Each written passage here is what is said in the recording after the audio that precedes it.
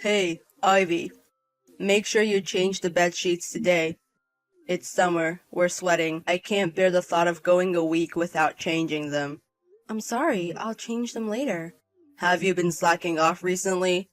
I understand that having a baby is hard, but you're going to have to balance both soon.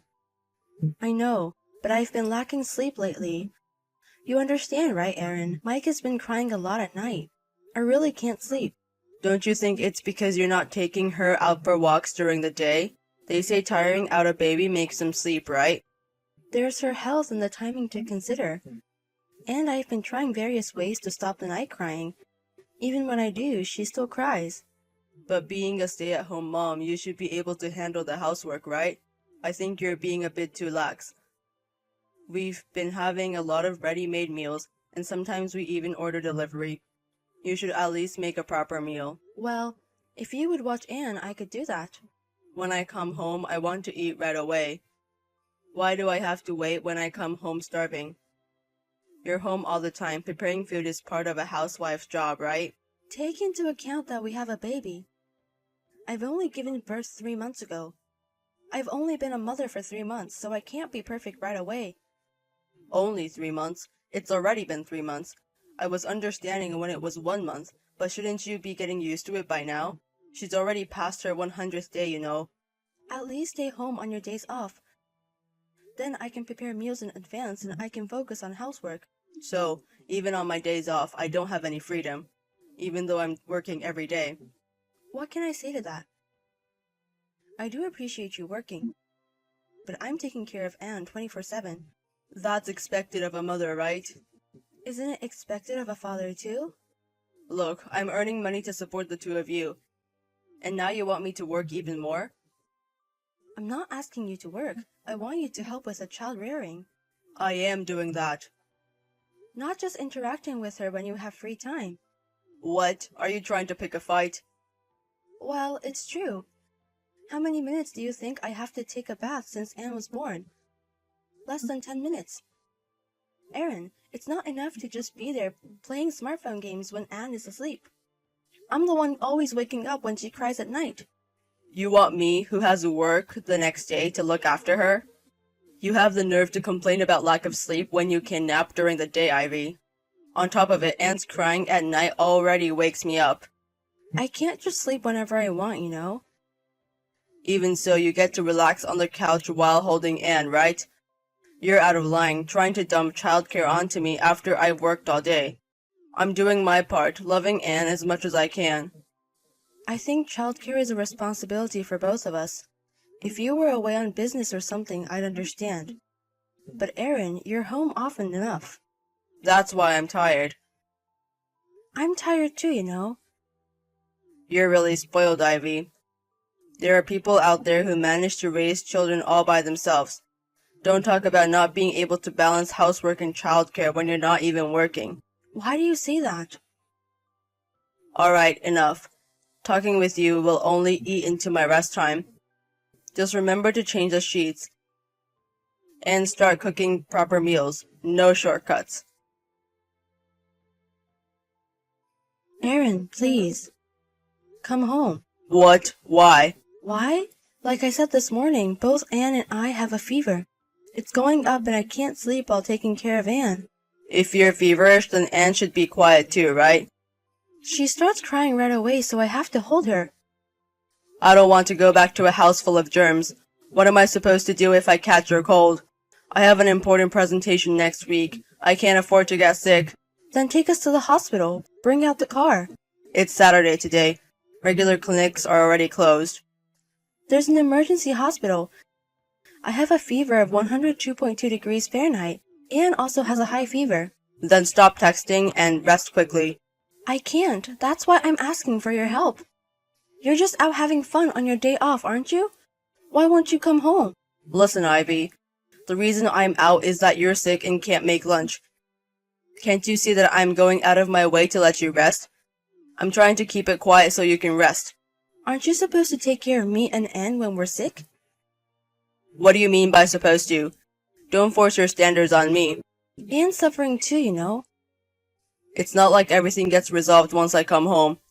You're being too persistent. I'm not going to rely on you anymore. Says the one who can't survive without relying on me. I can't consider someone who doesn't even take care of their sick wife and child as family. Oh, really? Then live without relying on me.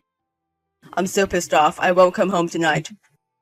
You two are sick. I don't want to catch it. I'll stay at a hotel. Then I won't do the house chores anymore. You live without relying on me too. Ivy, I haven't seen you around lately. What are you doing? Stop slacking off on the house chores. Is that all you've got to say after finally getting in touch? You're not worried about the high fever I had? If you wanted me to worry, you should do your own job properly. Where did you go? You're able to go out and have fun even though you're skipping chores because of a cold. Being a housewife is indeed quite a privilege. You should be the one to stop it. What's with your tone? Aaron! Your wife and child are gone. What? Who are you? I'm your mother. Mom? You're lying, right? No, it's true. What do you mean Ivy and Anne are gone? You left a seriously ill Ivy and went out to have fun, didn't you? Afterwards, I got a call from Ivy, and I quickly took her to the hospital. Both of them were admitted immediately. Then both of them are fine, right? Ivy and Anne are alive, right? It's your fault for leaving them alone. Enough with that. Don't joke around with such a stupid lie. They're fine, right? If you have the energy to get mad, why didn't you go to them immediately? Ivy and Anne are alive. But they were really in a dangerous situation.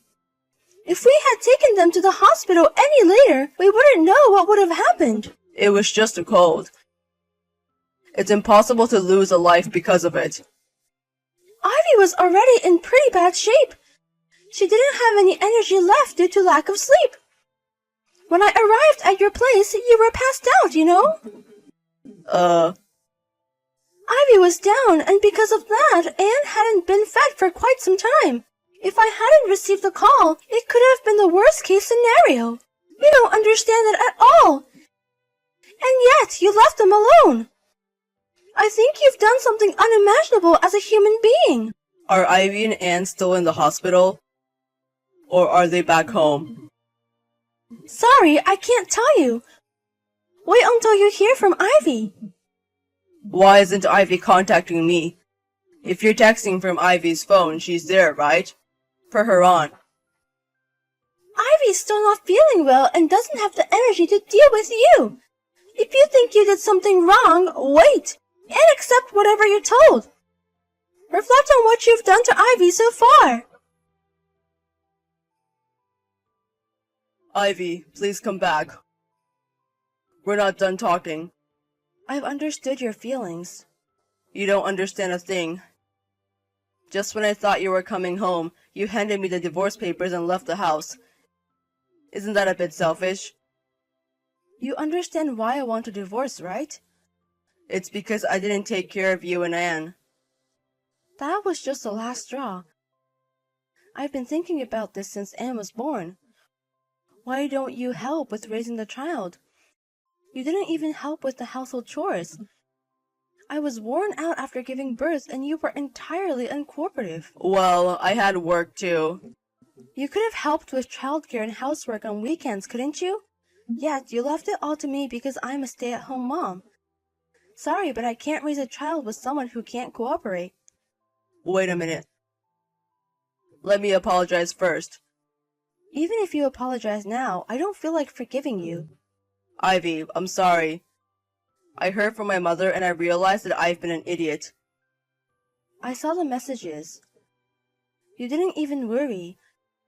You told me to stop slacking off on housework. That's because I didn't know that you and Anne were in the hospital. Even if we weren't hospitalized, I wouldn't have forgiven you. I shuddered when I thought about what could happen if we get sick again. Who needs a husband or a father who won't help when you're in trouble? I was thoughtless. I took it lightly, thinking it was just a cold, just a fever. People can die from a fever, you know. There can also be lasting complications. I'm sorry. I'll take proper responsibility in parenting from now on, so I'm asking for just one more chance. You've had more than 3 months of chances already. It's strange that you only noticed when I mentioned divorce. I've told you countless times. I've asked for help with the housework and child rearing.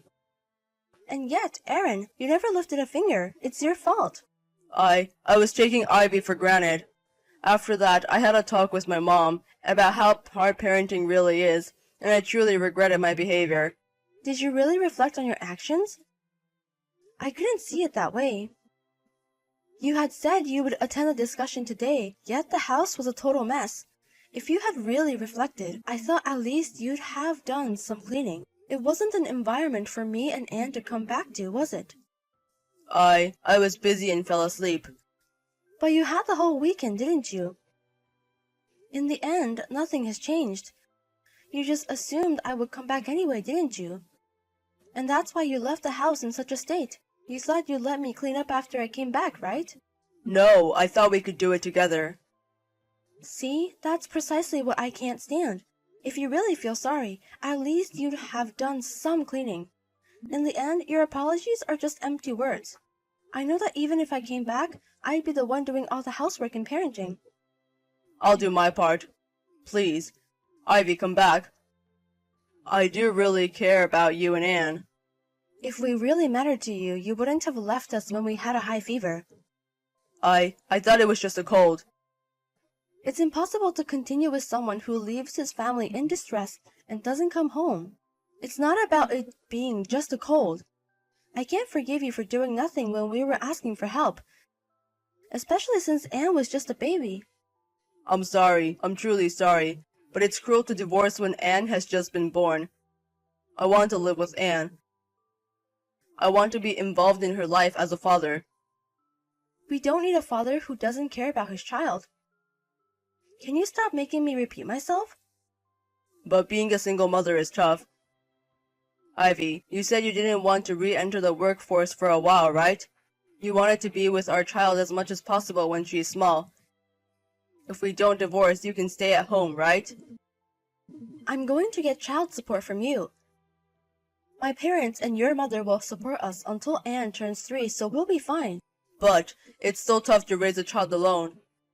You said so yourself. I know there are people out there who raise children on their own. I'm prepared for that now. I'm sorry. I truly intend to change from here on out.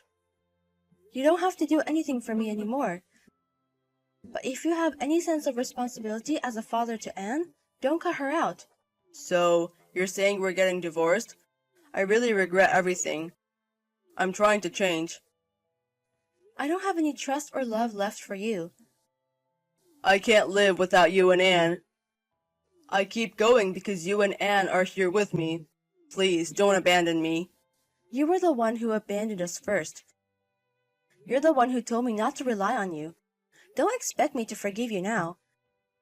You really do have a spoiled way of thinking. We've had several discussions about divorce since then. We've agreed to separate for 1 year now. Despite the awful things he's done, he's still our daughter's father. I thought it wouldn't matter if he had no relationship with me anymore. But if he has any responsibility as a father, I want him to face our daughter sincerely. Of course, we plan to divorce after a year, but we've decided to give him a chance as a father. Ever since we separated, my husband visits our home every day and takes care of Anne. He's honestly more like a father now than when we were living together. That doesn't mean I'm ready to forgive what he's done and said. I know there will be more difficulties ahead, but I want to establish a solid foundation for life now. I intend to create an environment where I can raise my daughter on my own. And if I ever feel it's too hard to do it alone, I'll ask my parents and my mother-in-law for support. I'll make sure to take good care of my daughter so she doesn't feel lonely. I'm sure my relationship with my husband will never go back to the way it was. But as a father, as a mother, I want to give everything I can as a parent to our daughter with all my heart.